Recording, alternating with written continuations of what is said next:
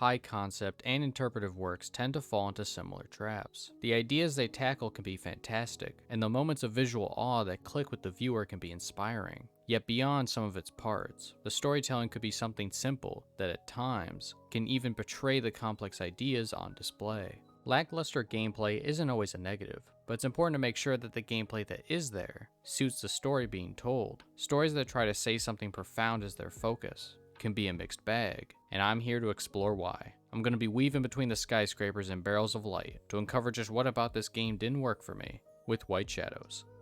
A couple of stories like White Shadows from this year are in a similar spot for me. Backbone, Pig, even Genesis Noir to some extent. A lot of these stories focus on flair at the expense of the story being told to some degree. Links to those videos will be in the card above and description, so you can watch some of them after this. The ways a story can be conveyed are very important, but it's just as important not to get lost in the how and to focus on the what. What is the story being told? What elements are being focused on? And how are we going to take the core ideas and expand upon them? The way the social hierarchy is portrayed, with even the middle-statured creatures still getting the short end of the stick. The crows were blamed for a great plague. The wolves now run everything, with their so-called light that is harvested from baby crows. Every inch of this world made me uncomfortable, and that's a good thing. The animals in the mass farms were gross blobby creatures, just like the common folk pigs, who were also exploited, but on a different systemic level. The story here is simple. You're the one crow that is destined to stop all the madness.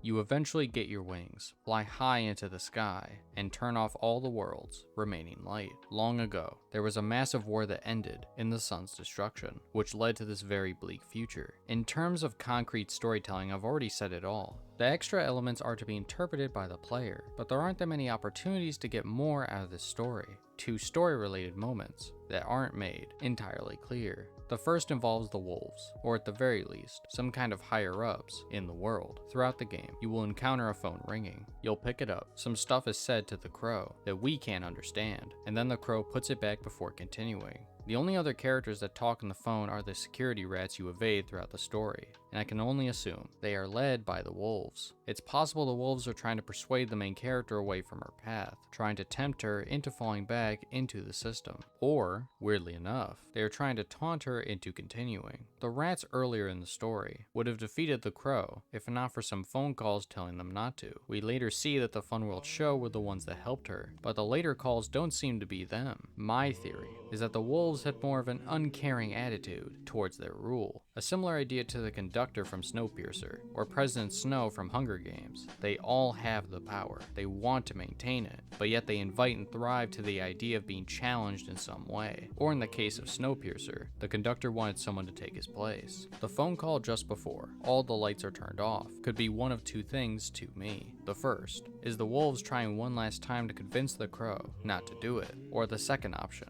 they gave a neutral response. They told the crow what would happen, and maybe they even told the crow to help them continue their work. The other moment that gave me pause and further pushed me towards my previous idea was the waiting room. The crow got a number and had to wait their turn. The line was set up to go to the light, implying other people were trying to do the same. Even stranger, the crow we initially follow in this scene doesn't seem to be the original. When their turn comes, our crow comes into the room. The previous one picks up their card and walks to the left which seems to lead back to where we came from. This means one of two things to me. The first is that many crows have taken this path, but none of them have chosen to finish it or gotten the chance. The other option is the wolves in some way have planned for crows to rebel. In a way, they are counting on it, wanting to continue their game of control with society. But those are some ideas I came up with, ones I can't exactly give the game credit for. I took two relatively small ideas and expanded them largely by myself. This is what I think these types of games lack. They can make the player think, but it isn't really, because of the ideas on display or the way the story is told. It's done through what the story isn't doing. It doesn't go too in depth with its ideas, nor does it use its visuals to tell a grand epic. This story leans on the visuals being stunning enough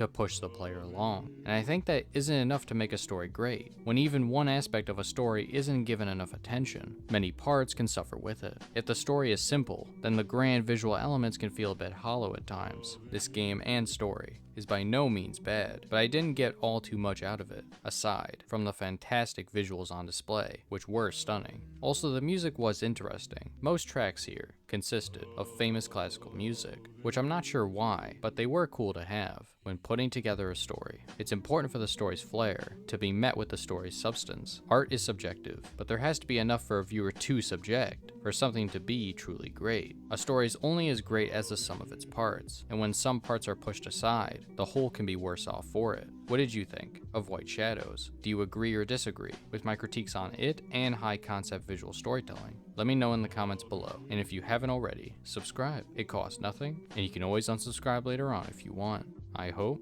to see you next time.